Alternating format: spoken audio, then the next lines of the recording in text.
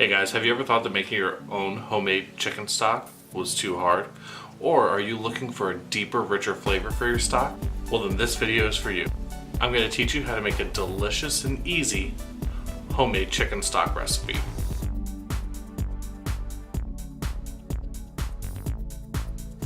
Thanks so much for tuning in to another week of Chuddah Cooks, where each and every week I bring you tips, tricks, and recipes straight from my years in the restaurant industry. I want to bring passion and creativity back into your home kitchen and show you just how easy it is to have restaurant quality food at home. Make sure you subscribe so you know when I have new videos coming up, but for this week, I'm going to teach you how to make a roasted chicken stock. So let's hop right in and see how we did it. Alright, so I'm going to teach you guys how to make my roast chicken stock now. So what I'm going to do is I'm going to start by taking chicken carcasses that I have already pieced up, and I'm going to set them on a stone. I'm going to put some pieces in that aren't eaten too much in my home. I personally love them, but it's going to make for better stock, so I'm going to go ahead and put my chicken wing on with my chicken carcasses. Now what I'm going to do is I'm actually going to salt and pepper these. Now the reason why we're going to actually roast this is because, well, color equals flavor. So I want to roast this chicken stock so that it has some good, deep, rich flavor to it. Now, to also add some flavor, what I want to do, what I'm going to do now is I'm just going to chunk up an onion. So I'm just going to cut it there, cut it in half, peel that outside layer off. All right, now I'm just going to quarter these up. I'm going to add that to my pan with my chicken. I'm going to add some celery to it, just some rough chops. Remember, we're going to be making stock, so these don't need to be great pieces. This is just going to be so we have some roasted veggie flavor in there, and some carrots. So I'm just going to trim the ends off the carrots, off both ends. And so 2 carrots, 1 onion, 2 stalks of celery, and notice I kept the leaves on there. Alright, so now that that's all on here, you can see I've got a nice little thing going. I'm going to take this, I'm going to toss this into the oven after I drizzle it with just a touch of olive oil. I want to give something for the veggies to kind of have to soak up a little bit. So I'm just going to drizzle a little bit of olive oil on there. It's okay, that's on my chicken too. Olive oil has great flavor. Oop, hair too much over on that side, but it'll be fine. Alright, so we're going to toss that right into the oven, 425. We'll check it when everything starts to get nice and brown.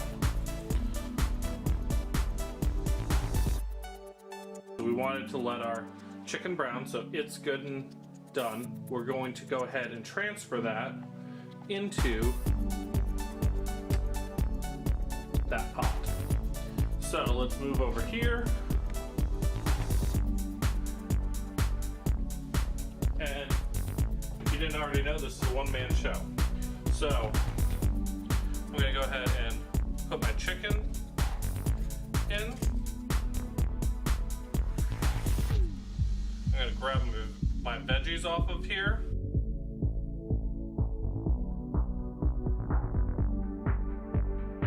Now, we don't want to lose any of the flavor, so I am going to take my stone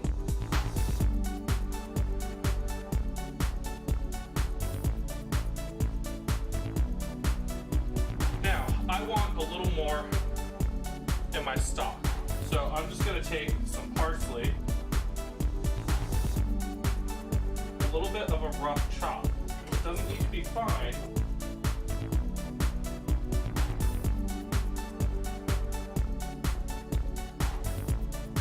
Add more celery stalks. I'm gonna grab rough chop. Now notice, these have not been, I'm gonna take 2 more carrots. So I'm just gonna trim the ends off of these.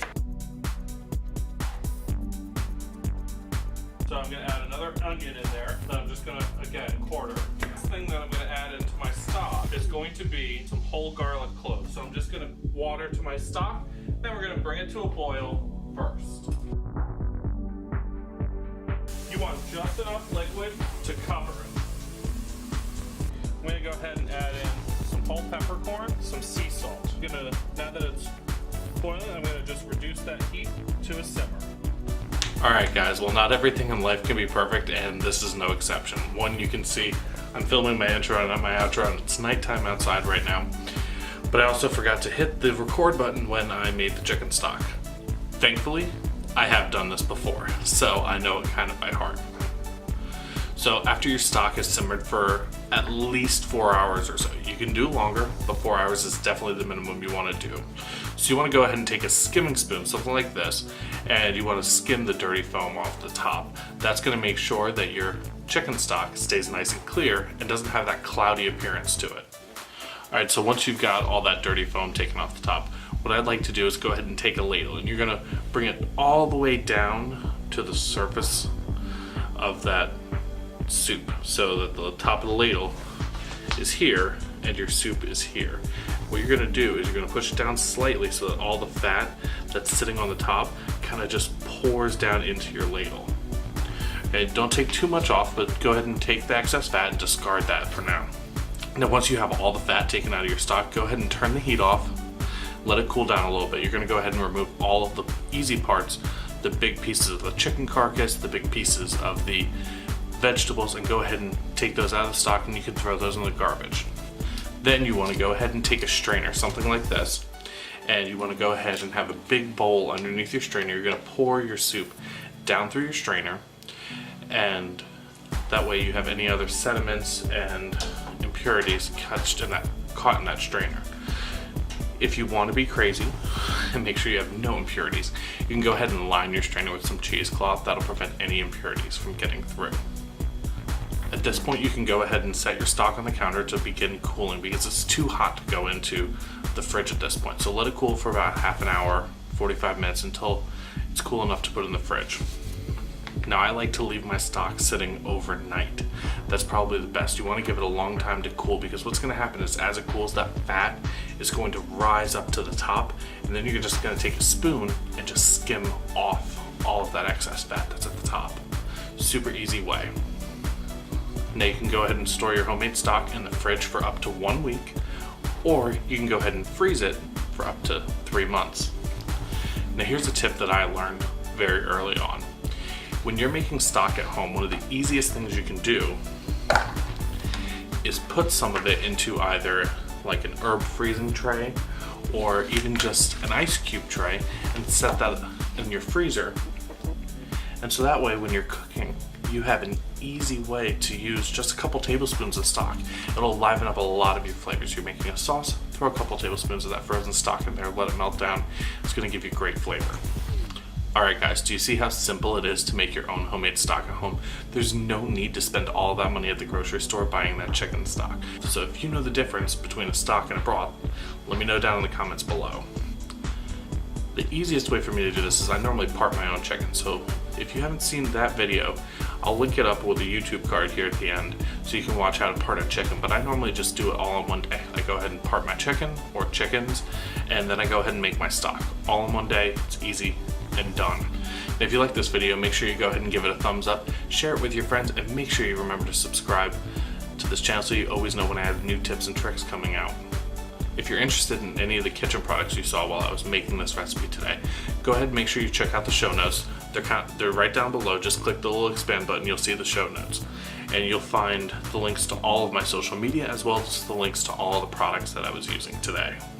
In addition to all my social media accounts and those show notes, you're also going to find the link to my blog, where you can always find printable recipes each and every week. I want to thank you guys so much for tuning in, and I'll see you guys next week.